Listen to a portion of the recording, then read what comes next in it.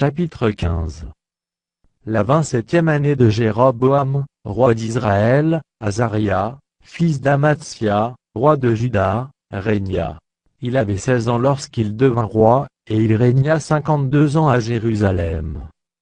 Sa mère s'appelait Jocolia, de Jérusalem. Il fit ce qui est droit aux yeux de l'Éternel, entièrement comme avait fait Amatsia, son père. Seulement, les hauts lieux ne disparurent point, le peuple offrait encore des sacrifices et des parfums sur les hauts lieux. L'Éternel frappa le roi, qui fut lépreux jusqu'au jour de sa mort, et demeura dans une maison écartée. Et Jotham, fils du roi, était à la tête de la maison, et jugeait le peuple du pays. Le reste des actions d'Azaria, et tout ce qu'il a fait, cela n'est-il pas écrit dans le livre des chroniques des rois de Juda? Azaria se coucha avec ses pères, et on l'enterra avec ses pères dans la ville de David. Et Jotham, son fils, régna à sa place. La 38e année d'Azaria, roi de Juda, Zachari, fils de Jéroboam, régna sur Israël à Samarie. Il régna 6 mois. Il fit ce qui est mal aux yeux de l'Éternel, comme avaient fait ses pères, il ne se détourna point des péchés de Jéroboam, fils de Nebat, qui avait fait pécher Israël. Shalom, fils de Jabesh, conspira contre lui, le frappa devant le peuple, et le fit mourir, et il régna à sa place. Le reste des actions de Zachari, cela est écrit dans le livre des chroniques des rois d'Israël. Ainsi s'accomplit ce que l'Éternel avait déclaré à Jéhu, en disant: tes fils jusqu'à la 4e génération, seront assis sur le trône d'Israël. Shalom, fils de Jabesh, régna la 39e année d'Ozia, roi de Juda. Il régna pendant 1 mois à Samarie. Menahem, fils de Gadi, monta de Tirtsa et vint à Samarie, frappa dans Samarie Shalom, fils de Jabesh, et le fit mourir, et il régna à sa place. Le reste des actions de Shalom, et la conspiration qu'il forma, cela est écrit dans le livre des chroniques des rois d'Israël. Alors Menahem frappa Tifsach et tous ceux qui y étaient, avec son territoire depuis Tirtsa, il la frappa parce qu'elle n'avait pas ouvert ses portes, et il fendit le ventre de toutes les femmes enceintes. La 39e année d'Azaria, roi de Juda, Menahem, fils de Gadi, régna sur Israël. Il régna 10 ans à Samarie. Il fit ce qui est mal aux yeux de l'Éternel, il ne se détourna point, tant qu'il vécut, des péchés de Jéroboam, fils de Nebat, qui avait fait pécher Israël.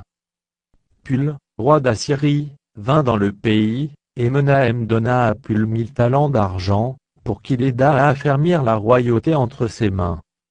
Menahem leva cet argent sur tous ceux d'Israël qui avaient de la richesse, afin de le donner au roi d'Assyrie, il les taxa chacun à 50 cycles d'argent.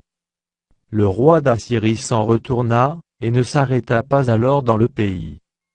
Le reste des actions de Menahem, et tout ce qu'il a fait, cela n'est-il pas écrit dans le livre des chroniques des rois d'Israël? Menahem se coucha avec ses pères. Et Pekashia, son fils, régna à sa place.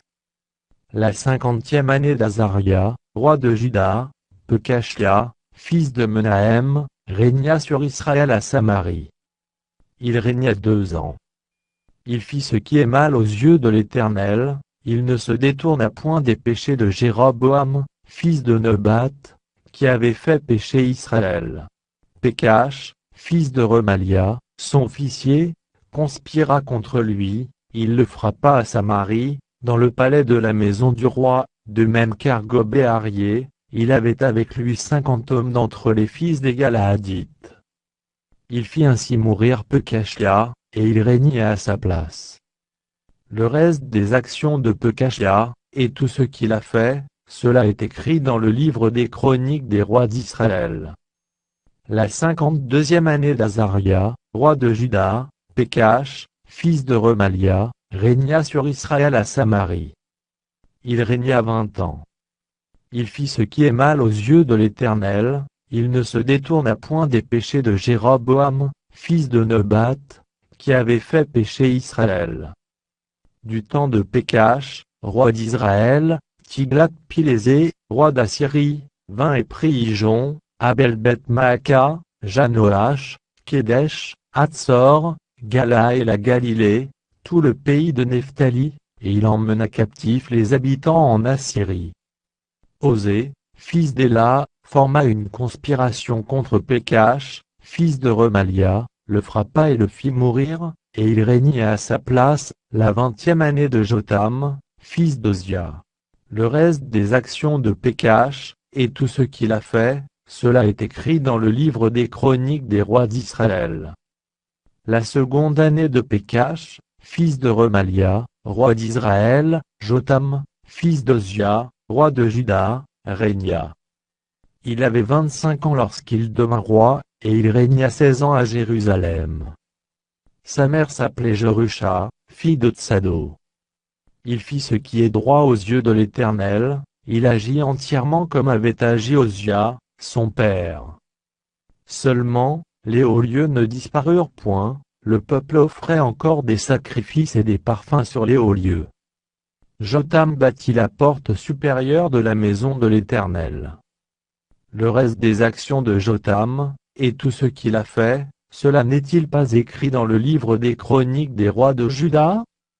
Dans ce temps-là, l'Éternel commença à envoyer contre Juda-Rétsin, roi de Syrie, et Pécache, fils de Remalia. Jotham se coucha avec ses pères, et il fut enterré avec ses pères dans la ville de David, son père. Et Achaz, son fils, régna à sa place.